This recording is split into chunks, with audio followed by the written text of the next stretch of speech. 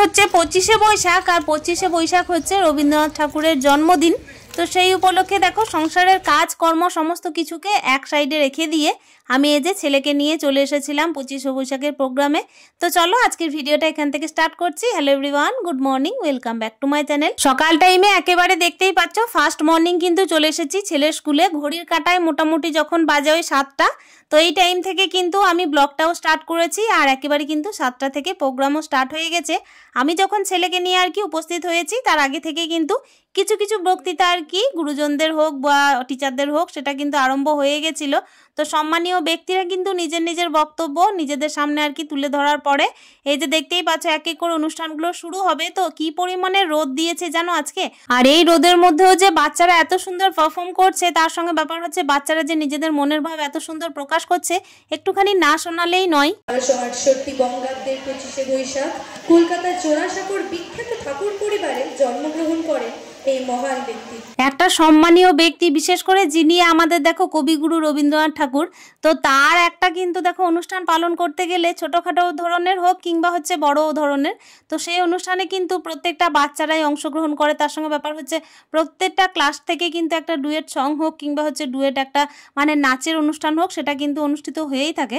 তো ওই কারণে দেখো প্রত্যেকটা জিনিস তো আমার সামনে তুলে ধরাটা মানে সম্ভব হবে না, যেহেতু ভিডিওটা অনেক বড় হয়ে যাবে। তার সত্ত্বেও কিন্তু দেখানোর চেষ্টা করছি যে প্রচণ্ড রোদে গরমে কিন্তু বাচ্চারা কিভাবে দেখো এই যে গোটা মাঠ জুড়ে নিজেদেরকে আর কি ফুটিয়ে তুলছে আগামী দিনের জন্য। এদিকে আমার ছেলে কিন্তু আজকে একেবারে ফার্স্ট মর্নিং উঠে পড়েছিল। প্রত্যেক দিন তো ও উঠতে পারছে না, তার সত্ত্বেও কিন্তু এই যে গান করব একটা বিষয় থাকে, তো একটা ডুয়েট সঙ্গের ক্ষেত্রে কিন্তু ওর এক্সাইটমেন্টটা একটু বেশি থাকে। একা যখন করে না তখন কিন্তু এতটা থাকে না, জানো তো। যখন দেখে যে আর কি বন্ধুরাও করছে তখন কিন্তু ওর উৎসাহটা প্রচণ্ড পরিমাণে থাকে। আর এখন দেখতেই পাচ্ছ একটা ক্লাসের কিন্তু বাচ্চারা নাচ করছে। তো এখানে মেয়েদের নাচ হচ্ছে, যেহেতু কপিরাইট চলে আসবে বলে কিন্তু কোনো রকমের আমি মিউজিকটা অ্যাড করিনি। তো এখানে যে সমস্ত প্রোগ্রামগুলো হচ্ছে না তার মধ্যে কিন্তু বেশিরভাগটাই মেয়েরা নাচে অংশগ্রহণ করেছে আর ছেলেরা গানে অংশগ্রহণ করেছে। তো সিলেকশনটা বলে রাখি এক্ষেত্রে কিন্তু টিচারদের হাতে। আসলে যে আমার ছেলে গান শেখে মানে এই ব্যাপার হচ্ছে ওকেই নেওয়া হয়েছে শুধু গানে তা নয়, যারা কোনোদিন গান শেখেও নি তাদেরকেও কিন্তু গান করতে দেওয়া হয় এখানে। আর একটা বিশেষত্ব কি জানো তো, স্কুলে না টিচাররা আর কি মানে পুরুষদের কথা বলছি, ওনারা কিন্তু ধুতি পাঞ্জাবি পরেন, আর মহিলারা কিন্তু শাড়ি ছাড়া কোনো মতেই কিছু পরেন না। তো মহিলা টিচারদের কথা বলি, ওনারা কিন্তু লাল পেরে সাদা শাড়ি পরেন। এই স্কুলটা কিন্তু দেখো অনেক দিন থেকে মানে শিশু মন্দির স্কুল হয়তো অনেক ডিস্ট্রিক্টে আছে, তো সেখানেরই মানে বীরভূম জেলার এটাই হচ্ছে আর কি ব্রাঞ্চ। তো দেখো এখানে কিন্তু যে স্কুলের মধ্যে একটা নিয়মানুবর্তিতা আছে না, সেটা দেখেই কিন্তু আমরা আর কি এখানে ভর্তি করেছি। যদিও বা হতে পারে এটা বাংলা মিডিয়াম, ইংলিশ মিডিয়াম নয়, কিন্তু এখানে এই যে অনুশাসন, তার সঙ্গে ব্যাপার হচ্ছে সাংস্কৃতিক অনুষ্ঠানগুলোকে সুন্দরভাবে পালন করা, একটা ডিসিপ্লিন মেনটেন, সমস্ত কিছু জুড়েই কিন্তু অনেকটা মানে আমরা আগ্রহ বোধ করেছি এখানে ভর্তি করতে। আমাদেরকে কিন্তু অনেকেই বলেছে যে তোমরা বাংলা মিডিয়ামে কেন পড়াচ্ছ, বাড়ির তো সব ছেলেরাই আর কি ইংলিশ মিডিয়ামে পড়ে। তো আমার মানে অনেক রিলেটিভের ছেলেরাই কিন্তু ইংলিশ মিডিয়ামে পড়ে, আমি মিথ্যা কথা বলবো না, কিন্তু আমি নিজস্ব আগ্রহেই কিন্তু এই স্কুলে ভর্তি করেছি, জানো তো। শুধুমাত্র পড়াশোনাটাই কিন্তু লাইফের সমস্ত কিছু নয়, আসলে বিষয়টা হচ্ছে যে পড়াশোনার সাথে সাথে কিন্তু নিয়ম কানুন, বড়দেরকে একটু সম্মান করা, আচার অনুষ্ঠান, আমাদের সংস্কৃতিকে ধরে রাখা, এগুলোও কিন্তু জীবনে খুবই দরকার, জানো তো। ওই কারণে যে বাংলা মিডিয়ামে পড়লেই ছেলে পিলে মানুষ হবে না, আর ইংলিশ মিডিয়ামে পড়লেই যে বাচ্চারা মানে ওই যে এবিসিডি বলা একটা ইংরেজি শিখে গেল মানে যে অনেক কিছু করতে পারবে, তারও কিন্তু কোনো মানে নেই। এইখান থেকে কিন্তু অলিম্পিয়াডের অনেক গোল্ড মেডেল মানে আমাদের স্কুল থেকে আর কি, আমার ছেলের স্কুল থেকে। ইভেন কি বলতো, আমাদের পাড়ারও অনেক ছেলে আছে যারা কিনা এখান থেকে মানে প্রাইজ নিয়ে যায়। আমি বলছি না যে আমার ছেলে এখনো পর্যন্ত প্রাইজ পায়নি মানে যে আমার গর্ববোধ হয় না তা নয়, যারা কিনা এমনিও প্রাইজ পায় আমার ছেলের স্কুল থেকে তাদের জন্যও তো আমি নিজে গর্ববোধ করতেই পারি, তাই না। তো চলো দেখতেই পাচ্ছ এক করে কিন্তু অনুষ্ঠানগুলো হচ্ছে, তো একটু করে গান শোনানোর চেষ্টা করতেই পারি তোমাদেরকে, তাই না। তো চলো একটু শোনানোই যাক।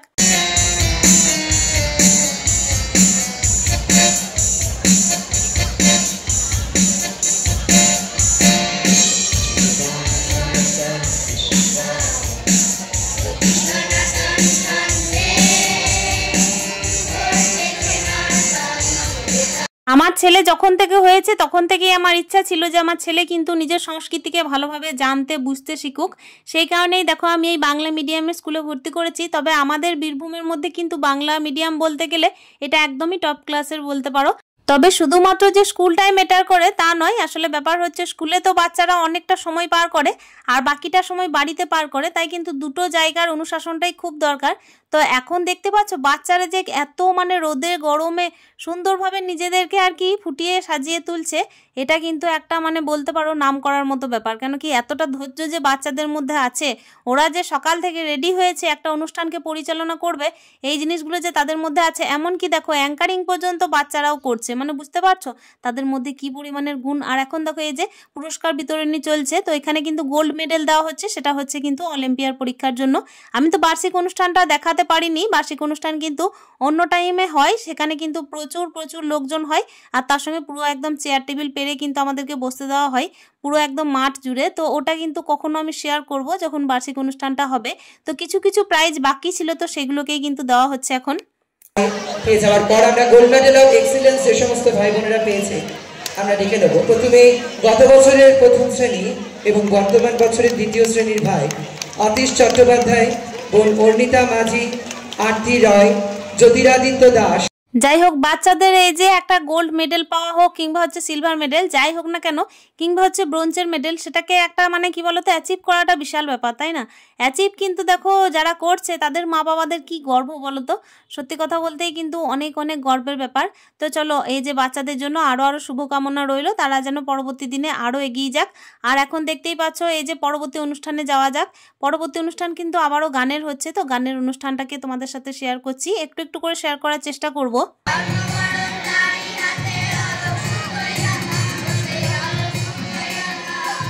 এদিকে এক এক করে দেখতেই পাচ্ছ গানের অনুষ্ঠানগুলো হচ্ছে। তো এরপর কিন্তু আমার ছেলের আছে, তো মাঝে কিন্তু দেখো অনেকের অনুষ্ঠান হয়ে গেছে কিন্তু সমস্তটা আমি তুলে ধরতে পারিনি। এই যে দূরে থেকে দেখো আমার ছেলের দিকে তাকাচ্ছে আর টাটা করছে। তো চলো এবার কিন্তু ছেলের অনুষ্ঠানটা একটুখানি দেখানো যাক, কেন কি দেখো একটু একটু করেই তোমাদের সাথে শেয়ার করতে পারছি।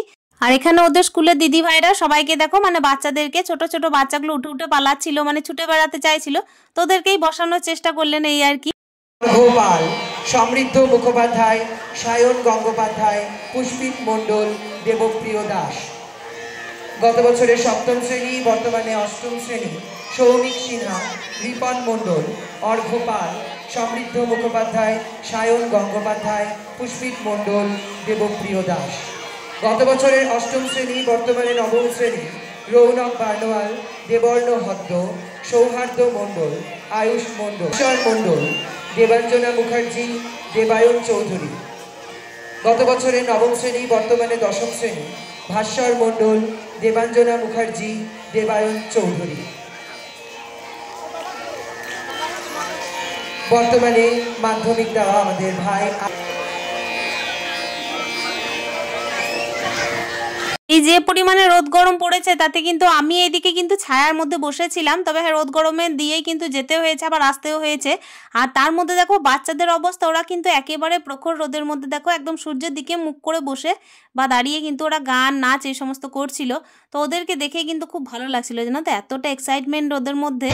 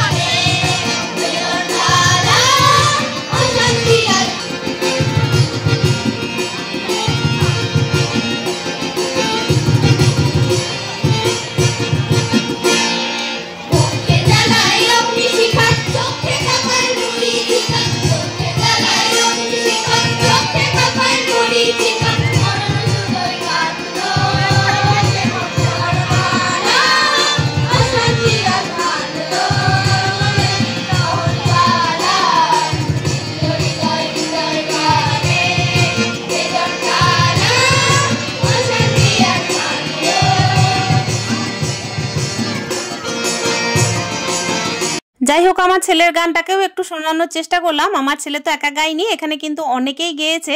তো এই যে ডুয়েট সংটা করেছে না, ওটাই কিন্তু ওদের আনন্দ, জানো। অনেকেই হতে পারে গান কিন্তু একদম কোনোদিন শেখেনি, আমার ছেলে যদিও বা গান শেখে, তারই মধ্যে কিন্তু ডুয়েট সংটা করতে পেরে ও প্রচণ্ড পরিমাণের খুশি। প্রত্যেক বছরই কিন্তু যতগুলো অনুষ্ঠান হয় তার মধ্যে কিন্তু ও গানটা করেই থাকে। আমি কিন্তু এবার বলেছি যে নাটকে নাম দিও, কেন কি আমি নিজেও দেখতে চাই আমার ছেলে কেমন অভিনয় করতে পারে। তো গান তো এমনিতেও শুনেও থাকি, ঘরেও থাকি, তারপর হচ্ছে বিভিন্ন প্রোগ্রামেও শুনে থাকি। তার সঙ্গে কিন্তু আমার খুবই ইচ্ছা যে ছেলে নাটকে নাম দিক। আমি কিন্তু চাই যে আমার ছেলে কেমন অভিনয় করতে পারে সেটা দেখি। তো চলো, এই যে দেখতেই পাচ্ছ এবার কিন্তু একদম প্রোগ্রামটা মানে একদম বলতে পারো শেষের দিকে। আর কিছু কিছু ছোট ছোট অনুষ্ঠান আছে, সেগুলোও কিন্তু গান নাচের মাধ্যমেই একদম শেষ হয়ে যাবে। আজকের ভিডিওটার মধ্যে কিন্তু আমি সংসারে কাজকর্ম এই খুঁটিনাটি দেখানোর চেষ্টা করলেও দেখো এই যে কাজকর্মের মাঝে এই যে বাইরের অনুষ্ঠানটাকে দেখানোর চেষ্টা করছি, যেটা ওদের স্কুলের অনুষ্ঠান। এদিকে কিন্তু মাথার মধ্যে একটা চিন্তা আছে যে সংসারে কাজকর্মগুলোকে রোদ গরমের মধ্যেও ফেলে দিয়ে যেতে হয়েছে। তো এসেও কিন্তু আমাকে দেখো সংসারে ঘানি টানতে হবে। আর এই তো দেখতেই পাচ্ছ আমি কিন্তু একদম ফিরে এসেছি একদম ঘর ফিরে এসেছি।